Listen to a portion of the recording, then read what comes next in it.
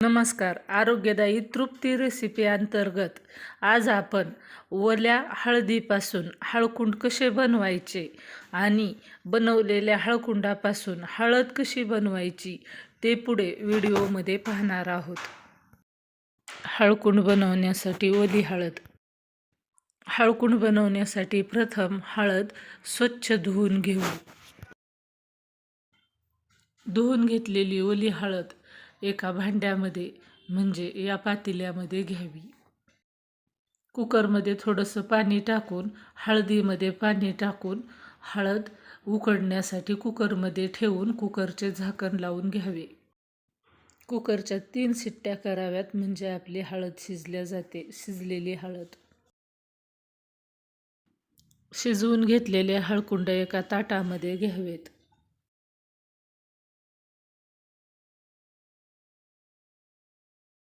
उकडलेली हळद ताटामध्ये काढून घेतली की हळदीतील एक एक हळद घ्यावी आणि त्या हळदीची साल काढून घ्यावी.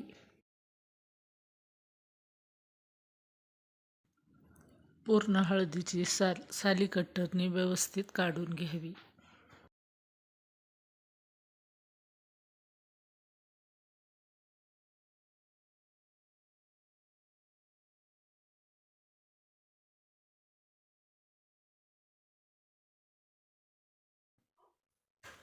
साल काढून घेतलेले हळकुंड, हे जे साल काढून घेतलेले हळकुंड आहेत त्यातील एक एक हळकुंड घ्यावं आणि हळकुंडाचे बारीक बारीक काप करावेत. जर आपण उन्हामध्ये असेच साल काढून घेतलेली हळद जर वाळण्यासाठी ठेवली तर जास्त दिवस लागतात.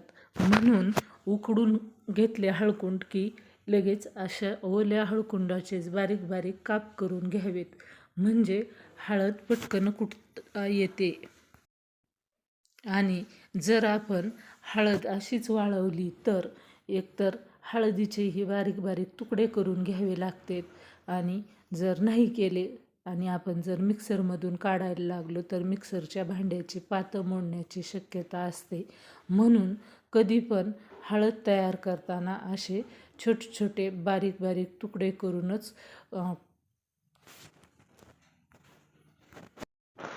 हळकुंड वाळवून घ्यावेत म्हणजे असे कट केलेले छोटे छोटे काप पटकन कमी दिवसात वाळतात आणि हळद पावडर करायलाही सोपी जाते. वाळवून घेतलेले हळकुंड, हे हळकुंड आपण मिक्सरच्या भांड्यामध्ये टाकून हळद बनवून घेऊ. कुटून घेतलेली हळद, ही हळद चाळून घ्यावी. हळद चाळून घेतल्यानंतर चाळणीमध्ये जी वरी अशी जाडसर हळद शिल्लक राहते ती हळद परत डबल मिक्सरच्या भांड्यामध्ये वाटून घ्यावी. म्हणजे अशी जी जाडसर हळद चाळणीमध्ये शिल्लक राहते ती हळद, ही आता आपली हळदीची पावडर तयार आहे. अशा पद्धतीने घरगुती बनवलेली पावडर खाण्यासाठी खूप छान असते. थोडक्यात म्हणलं तर आरोग्यासाठी आरोग्यदायी. जर तुम्हाला ओल्या हळदीपासून हळकुंड आणि हळकुंडापासून हळद बनवण्याची पद्धत आवडली तर चॅनलला लाईक, शेअर, सबस्क्राईब करायला विसरू नका. आणि तसेच आठवणीनं अशा पद्धतीने हळद घरच्या घरी बनवा. Thank you for watching my channel आरोग्यदायी तृप्ती रेसिपी.